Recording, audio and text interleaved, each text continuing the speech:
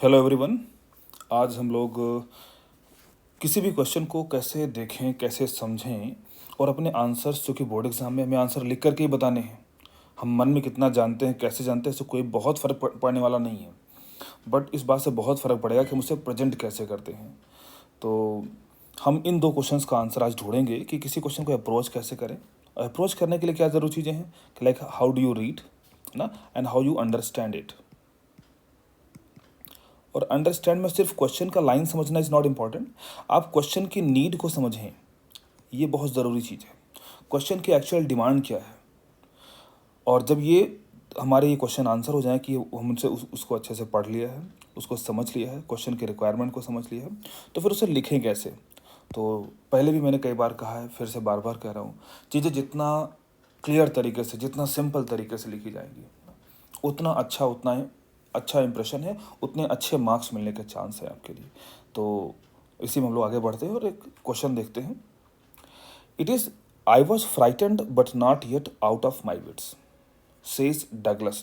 तो डगलस ने ये लाइन बोली, आई वॉज फ्राइटेंड, मैं डरा हुआ था, but yet not out of my wits, लेकिन मेरा दिमाग, मेरा विट्स अभी काम कर रहा था ना, मेरा दिमाग काम करना बंद नहीं किया था, इतना नहीं डर गया था कि मैं अपने सेंसेस को लूज कर दूँ। ये क्वेश्चन नहीं है। क्वेश्चन है which qualities of speaker are highlighted in the above statement. तो इस स्टेटमेंट में जब स्पीकर ये बात कहता है, तो इसको पढ़ करके हमें स्पीकर की कौन कौन सी क्वालिटीज मालूम चलती हैं, ये क्वेश्चन है। तो अगर कोई क्लियरली बोलता है आई वॉज फ्राइटेंड और yet not out of my wits, तो कुछ बातें आपके दिमाग में आएंगी। पर मैं उस आंसर पे जाने से पहले एक चीज़ आपको कहना चाहता हूँ कि हो सकता है आपके मन में ये भी आ जाए कि अरे यार, इस लाइन में तो कहीं कोई कैरेक्टर मालूम ही नहीं चल रहा है, कोई क्वालिटी रिफ्लेक्ट ही नहीं हो रही है। अगर आता है तो वैसे नहीं आना चाहिए, बट अगर ऐसा थॉट आ रहा है, तब भी आपको समझना है कि आपके मन में ये क्वेश्चन आने का कोई राइट नहीं है। आप सोचिए, बोर्ड एग्जाम में आए हुए क्वेश्चन पे एग्जाम सेंटर पे कोई डिस्कशन नहीं होने वाला। आप समझ रहे हैं मेरी बात को? ठीक है, क्वेश्चन आया है मतलब सही है। तो अब आपको क्वालिटीज़ को ढूंढना ही है, उनको लिखना ही है। तो अगर कोई आपको फ्राइटेंड से ढूंढना है, तो अगर कोई कहता है कि मैं डरा हुआ हूँ, तो दैट मीन्स कि वो ऑनेस्ट पर्सन है।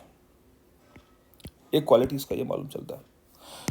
डर रहा है मतलब नॉर्मल है, डर तो नॉर्मल चीज़ है ना, तो एक नॉर्मल पर्सन, एब नॉर्मल नहीं है, ये क्वालिटी उसका मालूम चलता है। ठीक है, और विट से कोई अपना विट यूज़ कर पा रहा है, that means is a sensible person. ठीक है ना, ठीक है, सेंसिबल पर्सन है। तो ये क्वालिटीज़ हमको मालूम चल रही, बट इन्हें कैसे लिखा जाए, और भी बहुत सारी हैं जो आपके मन में आ सकती हैं, आप उनको नोट डाउन कर सकते हैं, और उनमें से 2-3 को ही सिर्फ लिख करके अपना आंसर बना दीजिए। तो इसको हम लोग देखें कि जैसे इसका आपको लिखने का तरीका ऐसे कि from the above statement following qualities of speaker are reflected. किस स्टेटमेंट को पढ़ करके स्पीकर की ये नीचे वाली जो क्वालिटीज़ है, ये रिफ्लेक्ट हो रही है। तो फर्स्ट पॉइंट क्या है, as he is still able to use his mind, that means he is courageous. इतना डर के बावजूद, डरा हुआ है, फ्राइटेंड भी लिखा हुआ है, बट वो करेजियस है, वो समझ पा रहा है ना, उसको इतना साहस है दिमाग का यूज़ करने का कि मैं डर गया हूँ बट मुझे बचना है, तो करेजियस है ना। As he was aware about the depth and possible danger, it suggest that he was alert.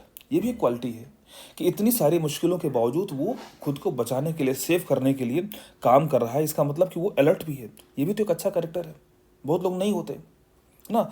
Last but not the least, he reflects the character of strategist by presenting his plan to save himself. तो ये 3 लिखी हैं, कुछ मैंने पिछले page में बताई थी, आप उनको देख कर मिला करके समझिए और अपना अच्छा सा आंसर बनाइए। तरीका रखिए, देखिए मैंने जैसे यहाँ पे ये किया है कि अंडरलाइन किया, 3 पॉइंट बताए, और इसमें फिर करेजियस, अलर्ट और स्ट्रेटजिस्ट, ये 3 क्वालिटीज़ को मैंने अंडरलाइन भी किया। तो अब एग्जामिनर को तुरंत मालूम चल गया कि यार 3 पॉइंट बच्चे ने लिखा हुआ है और उसने इन क्वालिटीज़ की बात की है, उसे पूरा पढ़ने की जरूरत नहीं, उसने पूरा क्वेश्चन किया हुआ है, that means it is right, it deserve the complete marks. Full marks दिया, आगे बढ़ गए। आपको यही करना है। From the above statement following qualities of speaker are reflected. तो ये क्या है कि ये आप क्वेश्चन को आंसर कर रहे हो, ये भी हमेशा रखना, आंसर हमेशा क्वेश्चन से ही आना चाहिए। इससे ये भी मालूम चलता है कि आपका डायरेक्शन सही है, आप अगर ये लिखना सीख जाते हैं तो एग्जामिनर को एक कॉन्फिडेंस होता है, सुनने वाले को कॉन्फिडेंस होगा अगर आप आंसर बोल कर बता रहे हैं कि आपको क्वेश्चन समझ में आ जाए। और अगर आप कहीं और से शुरू करेंगे तो होगा कि आप कोई कहानी गढ़ने की कोशिश कर रहे हैं। ठीक है, simplicity is very important. Next question is explain. Explain करना है कौन सा, द सेंटेंस। एक सेंटेंस कौन सा, an army of bear foot boys who appear like the morning birds and disappear at noon. ये एक सेंटेंस है, उसको एक्सप्लेन करना है। अब एक्सप्लेनेशन में आपको ये समझना होगा कि हम कहाँ कहाँ तक जा सकते हैं, पर सारा एक्सप्लेनेशन आएगा कहाँ से, इन्हीं वर्ड से आएगा। ज़रूरी है कि हम रेफरेंस भी समझें। एक्सप्लेन करने के लिए हमें रेफरेंस पता होना चाहिए ना। तो किस लेसन का है, अगर ये आपने गलत कर दिया, अगर आपके मन में ये आ रहा है कि ये रैट ट्रैप का है, तो फिर ये क्राइम है। ठीक है, अगर आप लेसन डिकोड नहीं कर पा रहे हो तो फिर क्राइम है। अगर आपको ये लगे कि ये on the face of it का हो सकता है, ठीक है, या फिर आपको ये किसी और चाइल्डहुड डेज का लग रहा है, तो गलत हो गया। फिर वो गलत कितना गलत है कि वो आपको पूरे आंसर को गलत करेगा। आपको आइडेंटिफाई करना पड़ेगा कि ये लॉस्ट स्प्रिंग का है, और ना सिर्फ ये पता हो कि ये लॉस्ट स्प्रिंग का है, but at the same time कि ये first part of lost spring है, जिसमें सीमापुरी में जो बच्चे इधर उधर घूम रहे हैं उनके बारे में है, और ये लाइन राइटर ने बोली है। अब इसको अगर हम एक्सप्लेन करें तो हम क्या समझते हैं कि बेयर फीट है दैट सजेस्ट करता है पॉवर्टी को, आर्मी सजेस्ट करता है ग्रुप को। ये बातें अपने दिमाग में रखते हैं ना, बॉयज हैं, ठीक है, अपीयर कम सडनली हो सकता है, आपके मन में जो भी आए सब कुछ सही है ना। मॉर्निंग बर्ड्स हैं, तो मॉर्निंग बर्ड्स का कैरेक्टर क्या होता है, like morning birds go out to find food for themself. ठीक है, या मॉर्निंग बर्ड्स है तो फ्रेश का भी एक टच होता है ना, सुबह सुबह की बात है तो फ्रेश भी है। डिसअपियर है तो देयर शुड बी रीज़न, अगर किसी के आने का रीज़न है तो जाने का भी रीज़न होना चाहिए। नून, तो नून का कोई टाइम का रिफ्लेक्शन है, जैसे मॉर्निंग बर्ड्स बोला गया है, वैसे क्या नून में उनके वापस जाने का कोई रीज़न हो सकता है। इनको अगर पता कर लेंगे तो बहुत ज़्यादा पॉइंट सारे हो गए, पर हमें थोड़ा जितना अगर इनको प्रॉपर्ली अरेंज किया तो हमारा अच्छा सा आंसर बन जाएगा। ठीक है, अब जैसे मैंने भी कहा था पिछले क्वेश्चन में कि आपने अगर क्वेश्चन पढ़ा है तो क्वेश्चन गलत नहीं हो सकता, वैसे ही अगर आपने लॉजिकली सोच करके आंसर लिखा है तो अब आंसर को गलत करने का जिम्मा एग्जामिनर पर है। आप पैटर्न सही रखिए, रिलेटेड रखिए, कॉन्टेक्स्ट आपका सही हो, प्रेजेंटेशन आपकी सही हो, अगर पॉइंट्स में लिखना है या लॉन्ग आंसर है तो पैराग्राफ में अगर आप लिख रहे हैं, और अगर क्या पैराग्राफ में ही होना चाहिए, तो ये चीज़ें अगर प्रेजेंटेशन सही है आपका ना, अगर आप रिलेटेड हैं, अगर आप ग्रामेटिकली करेक्ट हैं, वोकैब्स करेक्ट हैं, तो नंबर काटने से पहले एग्जामिनर को सोचना पड़ेगा। तो फिर हम लोग आगे बढ़ते हैं, और इसका आंसर कैसे हो सकता है ना, writer presents the above comparison because. अब यहाँ पे एक्सप्लेन करने को कैसा क्या तरीका हमने लिखा कि हम कंपेरिजन से दिखाएं कि राइटर ने कंपेरिजन किया हुआ है, हम यही समझा देंगे। कुछ और भी आप समझा सकते हो, बट राइट यहाँ पे जब आंसर लिखा गया तो इन्होंने कंपेरिजन का रास्ता चुना। तो पहला कंपेरिजन क्या किया गया, she finds group of rag picker as devoted to their task as army personnel. यहाँ पर्सनल का स्पेलिंग गलत लिखा हुआ है, ठीक है। तो आर्मी पर्सनल जैसे होता है, आर्मी पर्सनल जैसे काम करते हैं, वो अपने टास्क को लिए बिल्कुल टारगेटेड ना, डिवोटेड है, वो कतई कोई कंप्रोमाइज़ नहीं करते अपनी स्किल से, अपने डिवोशन से।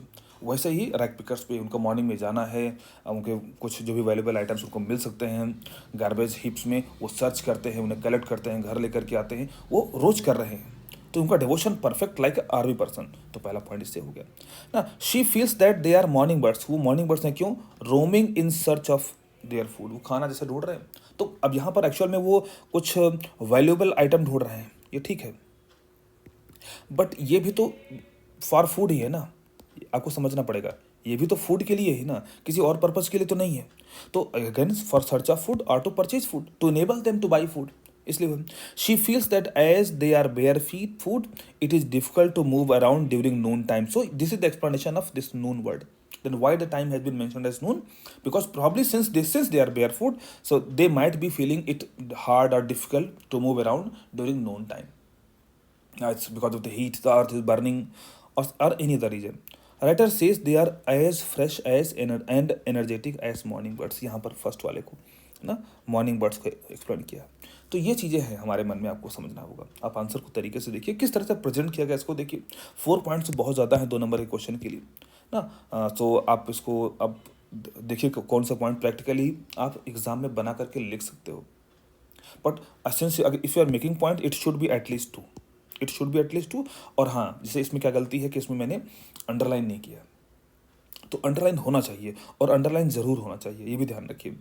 आपको she finds group of rag pickers as devoted to their task as army personnel. अगर किसी को आपको लगता है कि पूरी लाइन याद करनी पड़ेगी, क्या कन्फ्यूजन है, तो इसको आप थोड़ा सा ढूंढो ना कि डिवोटेड टू देयर टास्क, इतना अंडरलाइन किया। She feels they are roaming, they are morning birds roaming in search of food, तो सर्च ऑफ फूड को खाली अंडरलाइन कर दीजिए, एक स्केल रख करके इतनी बड़ी लाइन खींच दी, खत्म बात, आगे बढ़ जाएंगे।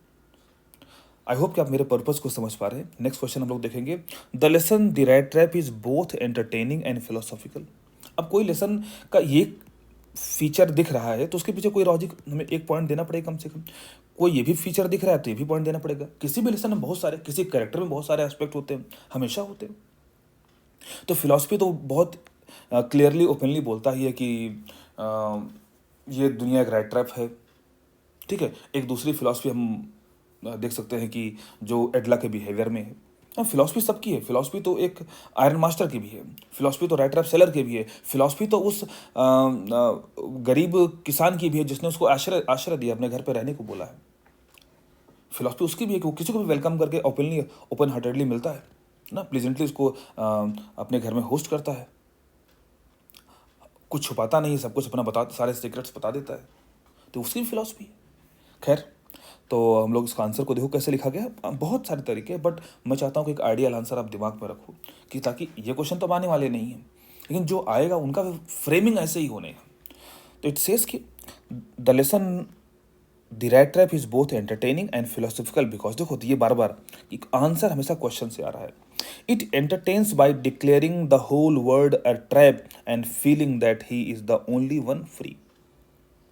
तो यहाँ पर इट की जगह पे आई बिलीव ही होना चाहिए, ही एंटरटेन्स बाई डिक्लेयरिंग ना, रैट ट्रैप सेलर खुद ही बोलता है कि पूरी दुनिया, तो ये भी एक कॉमेडी है कि उसको लगता है वो खुद इस दुनिया में रह रहा है, फिर अपने आप को फ्री फील कर रहा है, और वो फ्री नहीं है इस बात का तो प्रूफ 2 घंटे बाद हो गया, जिसे उस कॉबलर के घर पे गया, ठीक है। And the second point is this lesson teaches us about the philosophy of upliftment through love and care। तो ये भी एक फिलॉसफी है जो एडला के बिहेवियर से रिफ्लेक्ट होती है कि आप किसी को भी महान बना सकते हो, प्यार किसी को भी उच्चतम स्तर तक पहुंचा सकता है, ये हमें वहां से मालूम चलता है। लास्ट पर एक हम लोग क्वेश्चन करेंगे, when I sense a flash of it I am cheered. अब ये आपको समझना पड़ेगा, इसमें बहुत क्लियरली बताया नहीं गया है कि कौन सा स्टेटमेंट है, कौन सा क्वेश्चन है, पर आपको समझना पड़ेगा कि ये स्टेटमेंट है जो लेसन से आएगा, आपको पढ़ के मालूम चलेगा। ये राइटर कह रहा है कि जब मुझे इस चीज़ को सेंस करती हूँ तो बहुत खुश आती हूँ। अब इसके बेस पे क्वेश्चन बना हुआ, how is Mukesh attitude of life different from that of his family and friends, कि मुकेश का एटीट्यूड जो लाइफ को लेकर के वो कैसे अलग है उसके फ्रेंड्स और फैमिली के कंपेरिजन में, ठीक है। तो वो तो बहुत क्लियरली मालूम है कि उसको ट्रेडिशन फॉलो नहीं करना है, फैमिली बिजनेस ऐसा तो चीज़ है नहीं, पर जो एम्प्लॉयमेंट का फैमिली ट्रेडिशन है उसको फॉलो नहीं करना चाहता, वो अपने घर वालों को कहना भी नहीं मानना चाहता। तो इसी को आंसर में कैसे फ्रेम करेंगे, Mukesh attitude of life is different from that of his family and friends as, कैसे, पहला पॉइंट क्या है, he does not want to work in bangle factory, ये डिफरेंट है, बिल्कुल डिफरेंट है। He does not want to follow the traditional family occupation, वही bangle factory का ही है, लेकिन उसे उसी चीज़ को एक अलग तरीके से लिख दिया गया, 2 पॉइंट बना दिए, this makes writer very happy, और आखिर में ये पॉइंट डाल दिया, खत्म बात हो गया, हमारा आंसर कंप्लीट परफेक्ट तैयार हो गया। तो प्यारे बच्चों, मैं चाहता हूँ आप इसमें क्वेश्चन के आंसर्स याद करने की जरूरत नहीं है, बट मैं चाहता हूँ इस वीडियो को 2 बार 4 बार देख करके आप उस अप्रोच को, उस रास्ते को समझो जिससे आंसर फ्रेम किए गए हैं, एंड आप कंप्लीट मार्क्स स्कोर करेंगे। ऐसा एक छोटा सा वीडियो मैं लॉन्ग आंसर के लिए बनाऊंगा, तब तक के लिए थैंक यू सो मच।